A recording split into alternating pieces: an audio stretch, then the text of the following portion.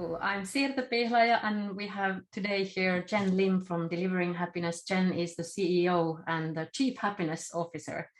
I love that title. Congratulations. Thank you. It's the luxury of creating your own companies is being able to create your own titles. So who knew it would be lasting all this time for 10, 11 years now since we started the company. Mm-hmm. Since I'm coming from Finland, Finland has been voted the happiest country on earth for 3 times in a row, I have to start with this question because we're pondering about it here in Finland. Why were we voted as the best country or the happiest country? So how do you define happiness? So for me, it's always been based on the science of it.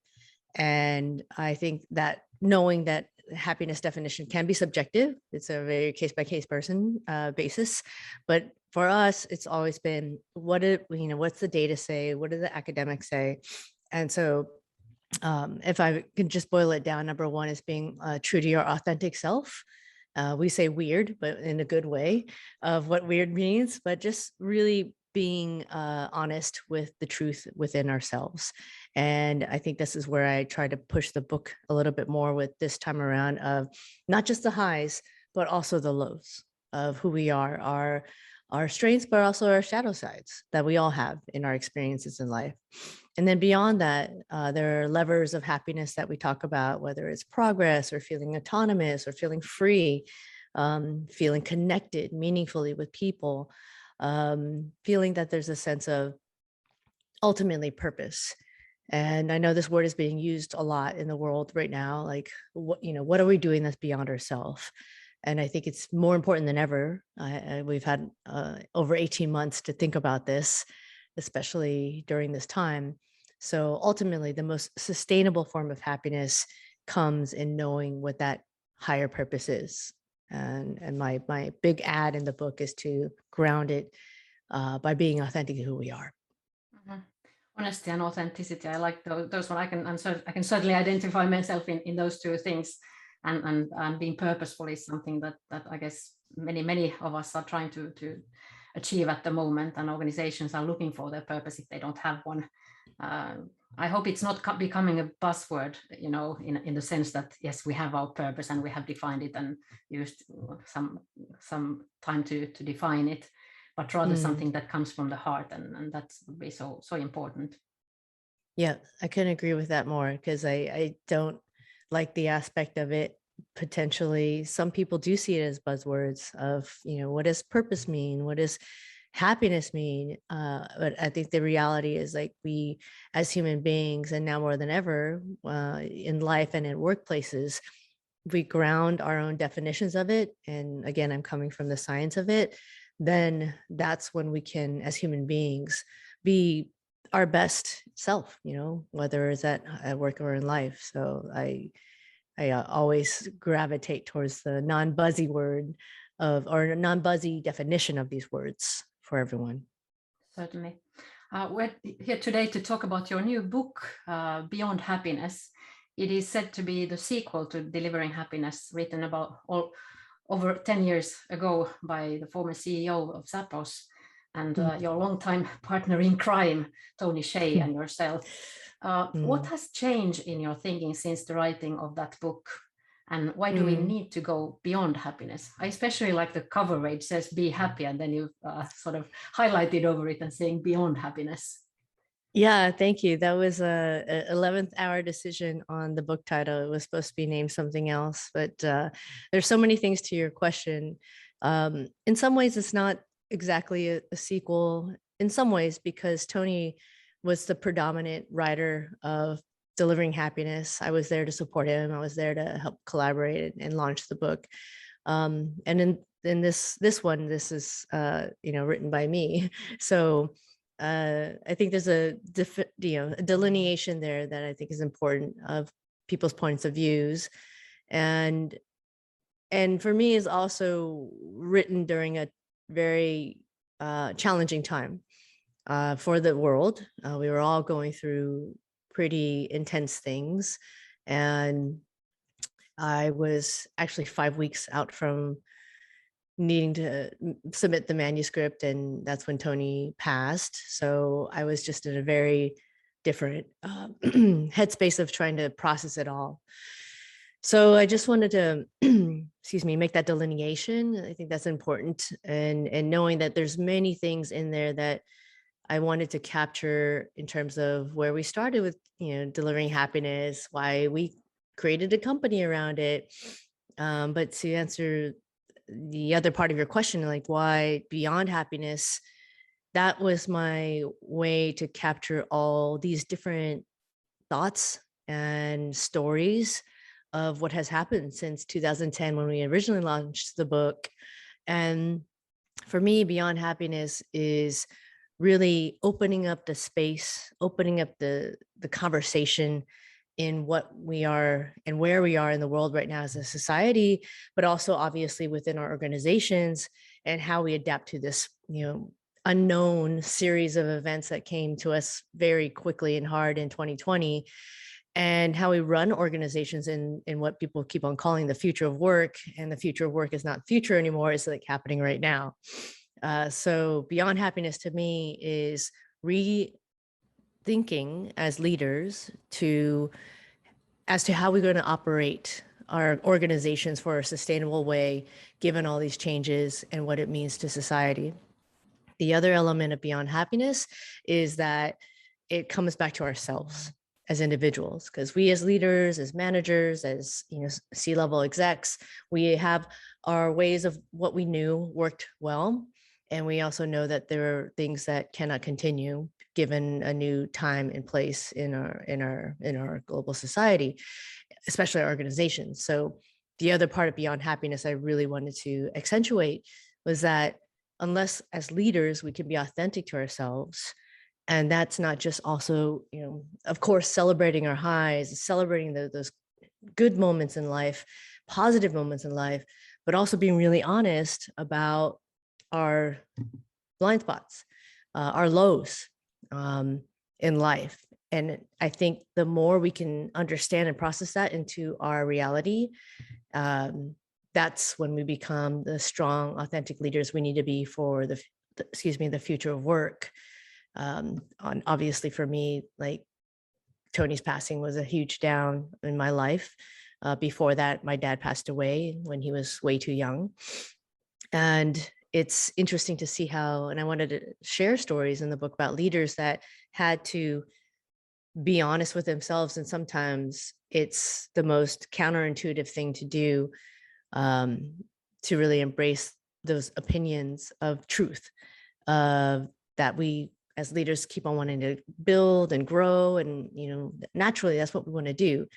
But Beyond Happiness to me is being more holistic about it, and knowing that when we can embrace those lows, and there's a whole lot of talk about mental health these days in and out of companies, and being able to embrace those makes us better leaders, not just for our companies and our teams, but also for our families and the people we love. That's certainly true. I think that it was also, the book was very timely in the examples that you gave about Airbnb, Starbucks. I don't know if you could maybe explain a little bit without telling too much about the content, but sure. One of those examples. Yeah, so I'll take Starbucks because, I was working with them for almost 3 years, I believe, when COVID hit. And it's such a ubiquitous brand, and it's such a known brand for having a mission, having a higher purpose, having a mission for so many years. It's been around for 50 years. I don't know if people realize that, but it's, been a part of our daily lives. And some people would say in good ways, and some may say bad. And as Finns, we are the biggest coffee drinkers in the world, and we didn't have Starbucks for quite a while. Yeah, I know. For 50 years. Exactly. For good reason, because of what your beliefs are. Like, as Finns that have amazing coffee in their own right, why would you need a Starbucks? But I think it's an interesting story to share, because at the end of the day, it's a ubiquitous brand. It's all over the world. They either people love it or hate it, or all that stuff. But what I experienced with them was so unique and interesting to me, and why I included in the book, is that here is a company that's been known to be mission driven for a long time. And after 50 years of running the company, there was a big change in terms of the C-level. Howard Schultz essentially leaving as CEO, and a new leadership coming in. And they're doing well. They were doing amazingly well, and their stock market price was great, all that stuff. And then COVID hit. And this is a huge retail company that has physical locations all over the world. So you can imagine how much they were hemorrhaging in terms of their revenue. What I thought was most interesting was that the leadership team, and there's a lot of people involved, there's a lot of politics, there's a lot of history. They made the hard choices. They asked the hard questions. Number one, what do we stand for? And they made those hard choices. And what was beautiful to me was that they put all their politics and differences aside, and they said, you know what, we stand by our mission. We want to have this higher purpose for our customers, for our employees. They call them partners. And I think that was the most unique way of banding people together, because it hit, the changes in the world hit their heart because of humanity. And they said, are we going to be proud of ourselves looking back and saying, oh, we continue to increase our stock price, even though, COVID was hitting? That was not the point, and they realized it. So what I loved about that experience is that they were not just figuring out what to do for their triage of the immediate things that needed to happen to keep a company afloat as big as they were. They were also thinking about not just the short term, but also the long-term vision. What is Starbucks going to be for the next 50 years? And in that tumultuous time, for the last 18 months plus, they were able to say, we're going to work on the triage, but also focus on what matters to us, and it's people and the planet. And so they said, we're going to be profit driven. Of course, we are a for-profit company, but we're going to use that profit for bigger reasons and bigger means to impact society and the world. And so I think that was one of my favorite stories to share, because in the end of the day, like, we see these brands, like Starbucks, or, I like the biggest brands that you can think of, but we also know, sometimes forget, there are people behind this. And whether it's the level of the board member or C-level executive in a leadership team, or a middle manager, or the frontliners of a barista serving the coffee, these are all people. And what I loved about their approach was that, and I think that we can, like, all companies can learn from this, regardless of size, is that we have to think about what it means for people first. And once we get into that psyche and psychology of what matters to you most, what do you want to be a part of? Do I want to wake up in the morning knowing I feel like no matter what my day is going to look like, and we all know we have bad days, but we know that if we can focus on our purpose as a person, an individual, and the impact we want to make, and our values of how we want to live that purpose, then at least we know we're living our days as full and as fulfilling as we can. Mm. In Beyond Happiness, you talk about the new ROI, the ripple of impact, which is one of the pillars of your framework. Would you share with us some of your thinking behind this idea, please? Yeah, of course. So a big part of when happiness was launched and delivering happiness 10 years or 11 years ago in 2010, a lot of people thought it was just like a novel idea. Like, oh, that's cool, but it would never happen here in my company. And I guess I was energized to prove them wrong. I wanted to show that happiness is a part of our life. It's not end all of everything. That's why this new book is Beyond Happiness. But we can actually have this coexistence of people being happy, employees being happy, therefore customers being happy, and actually being more profitable and sustainable, at the same time creating this sense of more meaningful life for each other. So that's where I wanted to build from, because the ROI aspect is really important. Obviously, there's no profits, there's no people to talk about because there's no company. But what I've experienced and seen over the last 11 years is that you can do that in coexistence. And so by coupling, it's not just the return on investment that we're looking for, because for me, that's a given. That's the default of what we need to do as companies and making an impact. But what I saw was that ripple of impact starting from, we have this model called me, we community. So if you can imagine concentric circles, starting with the me in the middle, and then the we in terms of teams and organizations, and then the community, as our customers, our partners, our vendors, our ecosystem of who we interact with. What I saw was like the more real we get with ourselves, starting with the me as leaders at every level, you saw that ripple of impact to the teams, because then they became more purposeful, they became more engaged. They were able to hit their targets quicker and more efficiently because they had a clear sense of, why am I working 10-hour days? Why am I having another all-nighter just because I have to do this or this? That kind of clarity, and being able to see that ripple out to how customers benefit from it, how partners and vendors see that they're in this for a triple win, as I call it, because it's not, the point is, it's not to have this sense of like, I'm going to take from you, but I'm not going to give something to you back. And that's where I saw the beauty of this ripple of impact happening, that everyone in that ecosystem actually benefits from it in a positive way, if we choose to think about it that way.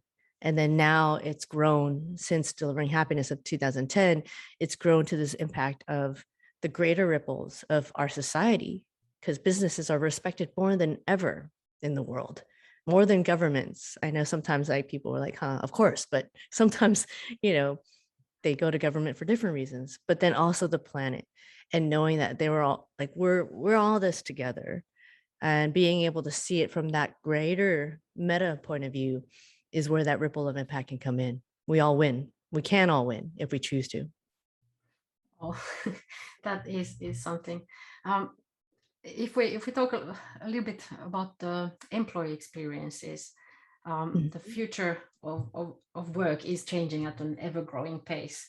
And we took a giant leap during this 2020, when people had to use a lot of their imagination to be able to continue to work from their homes and in weird places in some cases. And what's the one thing that you think that all organizations should do right now to deliver better employee experiences? And how do you think that companies could be more creative at this, and so as to attract people to work for them? I mean, there's a big movement about people wanting to be their own bosses right now. Totally. I'll share a conceptual paradigm that I've been talking about, and then I'll share a specific exercise to make it more practical and tangible. So conceptually, like we've been experiencing in the last several months, what they're calling the Great Resignation, or the Great Awakening, or the Great Reset. And you can put so many great, words in there to describe how people have spent this time to understand, like, ask themselves, why am I doing this again? Do I really want to continue? So we've been seeing, which has been astounding to me, that even though we're in a recession, people are leaving their jobs without even knowing where they're going to go next, because they realized there was something more that they wanted to really tap into and get to, and know that, at any day our lives can change dramatically. And then how do I want to show up in myself? So I think that's a big lesson that we all need to learn as leaders, and being able to say, because this is happening, what can we do better? And so for me, the practical thing is treating each other as human beings. And I know that sounds very kind of fluffy, but it really is this sense of, I call it the reset of humanity.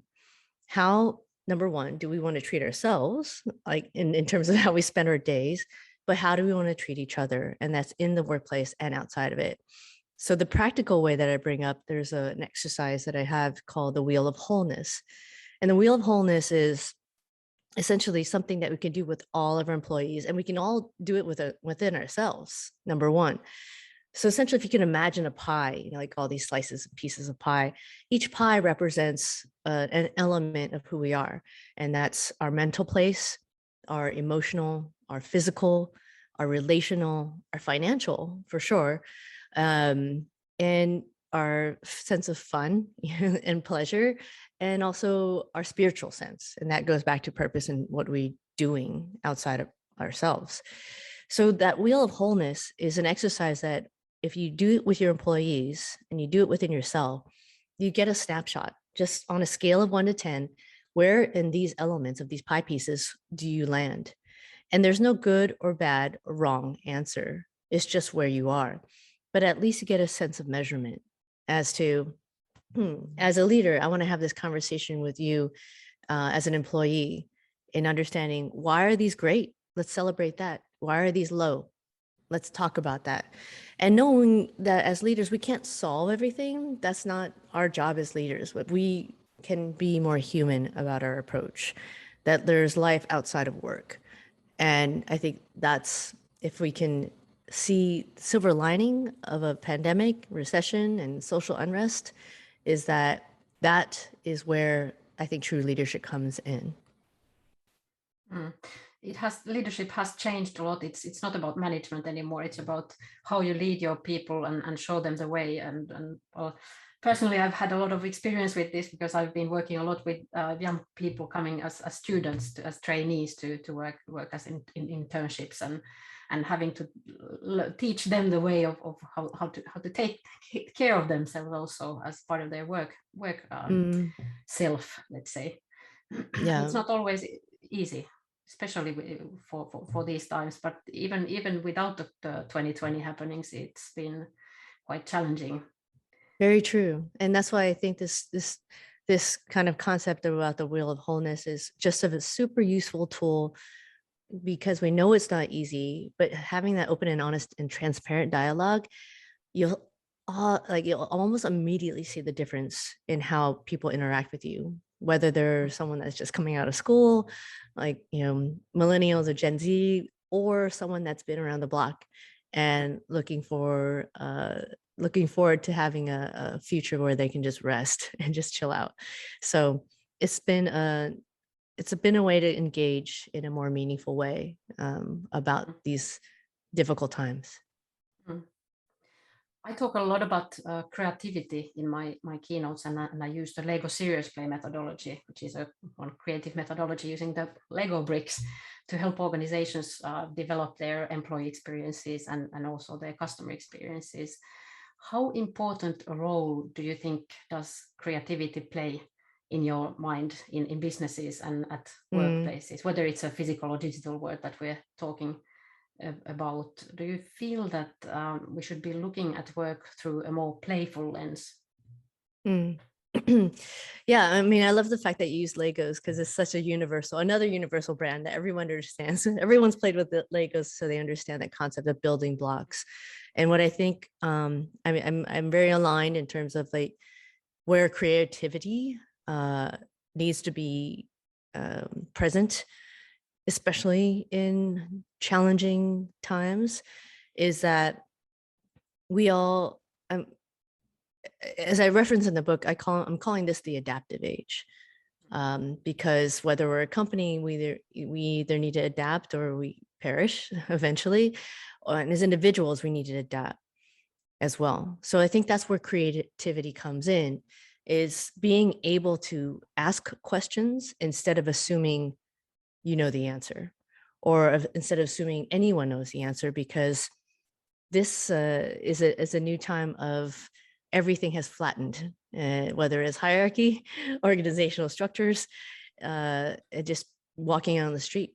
Is someone wearing a mask or not? Those kind of things. It's just, we're seeing these things every day. So I think that's where creativity comes in, because in order to adapt, by having these new ideas and having a growth mindset, in a similar way I see creativity, is that we're always learning. And even though we were successful in different ways in the past, if we think we have it down, like we know exactly how to be successful again, then we are not going to be able to adapt. And that level of creativity is being able to just walk on the street and feel like we're a child again, and wanting to learn from other people, wanting to learn from other voices. But I think the biggest difference in that of what the growth mindset is that I'm trying to build on is that we need to be grounded in who we are. And that's where it comes back to the authenticity of being real of our values. What do we believe in most? Like, for example, mine are freedom, autonomy, relationships, and I'll never let those things go. So when I walk onto the street and not know what's going on, at least with this growth mindset and creativity of what's going to happen next, at least I feel like I have those pillars that no matter what the world has for me that I can't control, at least I can control what I believe in, and then therefore adapt with creativity. It's grounding you to the kind of roots that you're thinking through everything. Right. Yeah, if we talk a little bit more about creativity, if you can maybe try and connect it a little bit with the learnings from your book. How can you dare to be more creative is one question that comes to my mind. And how can you bring more creativeness to different work-related contexts, maybe? Do you have any examples on that? Yeah, I think that, and maybe this is fresh in my mind because of having done a mini documentary about my time with Tony and what we saw at Zappos, and how that grew into a company that I don't think we imagined it would grow to, having like an international sort of presence. And then from there, having these companies that we've worked with at DH apply it for their own. I think one of the key learnings is that perhaps what I thought Tony and I connected on really well is that we always thought about almost the anti-idea. So as an example, like what would be expected is one idea, and what would be the antithesis of that expectation. So going back to the days of, this is when early.com, internet was just being born. Who would have thought having free return shipping both ways, 365-day policy of being able to return shoes online, when no one was doing this is, way before what Amazon was in its own realm of space. It was the antithesis idea that actually worked. And of course, you have to support it with the numbers and what it means and how it can work out financially. But I think that creativity, if we just put it in the most simplest form, is think of like things that no one else is thinking because you're thinking the opposite of what could be, and then kind of work backwards from there. Yeah, or maybe it's your thinking so simple, in so simple terms that nobody else would think about it. Because that's exactly what customers would love to have. Right. Is free shipping both ways. So it's too simple an idea. It's so creative in a way. That's right. That's right. Because I think a lot of times when we think of the most simple ideas, it's like, oh, that's just too simple. Like there must be more something there. But it's like, well, imagine if you're the customer. Of course, I would love return shipping free. Of course, I would love to try on, whatever, 10 shirts, 10 shoes, whatever it is in your own personal experience with your industry. I think that opens up these doors that sometimes we overthink, and sometimes we think in ways that forget about our human self, which is really most important here. That's true. If we come back to your model of me, we, community, and planet, the approach, how would you apply that to experience economy, the idea behind doing this as experiences as part of a bigger transformative framework? I mean, I think for the experience side is how it is all executed. I think maybe we've been talking about terms of like this model, this framework of maybe community and the ripple of impact. The reality of how it actually gets done is through experience. And this is like as an example of why I thought the Wheel of Wholeness was so important for where we are today, because that experience of having an honest conversation with your boss or manager or CEO of Me, I'm just coming out of school, or me, I just got to this new job. That experience will affect me forever. If I really feel that someone is hearing me and I'm being heard and being listened to in that employee experience with the leader, that is already going to change my attitude of how I'm going to treat the customer. So having that sense of raw authenticity then and therefore impacts the experience of how this person will interact with the customer. Because if they're feeling heard, they want to make sure this person's feeling heard too. So in some ways, they say happiness is contagious, and it seems like, yeah, what does that mean? But it really can happen if you operationalize it, and it starts with one-to-one and human being interaction. And then therefore, if you state your values clearly of how we want to interact with customers as well, they will automatically do that on their own. When you hire people that are smiling to begin with, they already understand there's this human connection that you want to be able to exude. Even though it's on Zoom and online these days, it matters now more than ever. And so same thing with your salespeople. If they're talking to vendors, if they're talking to different partners, outside of your customer base, I mean, these are all people that we're interacting with, companies we're interacting with. And that experience is, as human beings, is what we remember most. I keep on going back to this, and I know Tony used to mention her as well, Maya Angelou's quote of, it's not what you say or do with people, it's actually the most important thing that, and I'm paraphrasing here, but it's how you make them feel. Yeah. And I think we all need to be connecting on that level of emotion these days. Certainly. You're such a visionary person. Where would you want to see things change most if you try to sort of summarize a little bit your thinking from the book and from what we have been discussing here? Yeah, I mean, there's so many levels to this of what I try to express in the book, and I think there's two things, like the way that we can change. Everyone wants to change the world. Like there's no one that says like like there's something to that. They do want to feel bigger than themselves. And so my biggest thing is that it's very doable. And the how we do it is what I try to capture in the book, which is it doesn't really necessarily matter your current role or your current company. Of course, it matters in some regard, but the biggest priority, I think, right now is how we view ourselves and how we can express that. And if until we answer those questions, then it gets so much harder of like, what job, what new job do I want? Or what new role do I want? How do I want to pursue my career? How do I want to treat my customers? Like those questions are very important.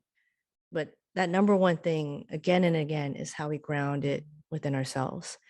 And what I've seen and what I try to share in the book and the stories is that people from all different ranks of managers to vice presidents to CEOs to the custodian at Northwell Hospital, which one of our clients here in New York, he found his purpose because one of his patients really loved to talk about sports. And so he chose to bring the sports page of the New York Times to him every day. And when this patient was checking out, going home, he said that I had an amazing experience. And his son was like, what are you talking, like, how could you were sick, how would you have an amazing experience at a hospital? And he's like, it's because of Louise brought in the sports section for me every day. And we talked about that. And he talked about that until the day he passed away, which was a couple of years later. That connection with the custodian, Louise, from person to person, makes this all very real and doable. Because like a lot of people would say, well, that wouldn't fulfill my purpose. As I don't want to be a custodian. I don't want to work at McDonald's. Whatever it is, that's okay. But if you know that your actions are being laddering up to something that's meaningful, connecting with another human being, then that's when we feel that we're here for a reason, and we don't have to doubt and have those questions anymore of why we're here. Why do we exist? comes back to the authenticity and being true to yourself and all of that, and how small things really matter to between the communications between human beings. I guess Right. it's so important. My last question really is about giving, maybe if you could give a few pointers to where would you tell organizations and people as by themselves maybe to start when they want to set themselves for a journey on the path to happiness, or maybe going beyond happiness, as you say. What would be your number one advice at this moment? I would say I'll just pick one of the exercises that I have, because I don't want to come off as someone that's just like thinking so far off the future, because I think this is like what's happening now.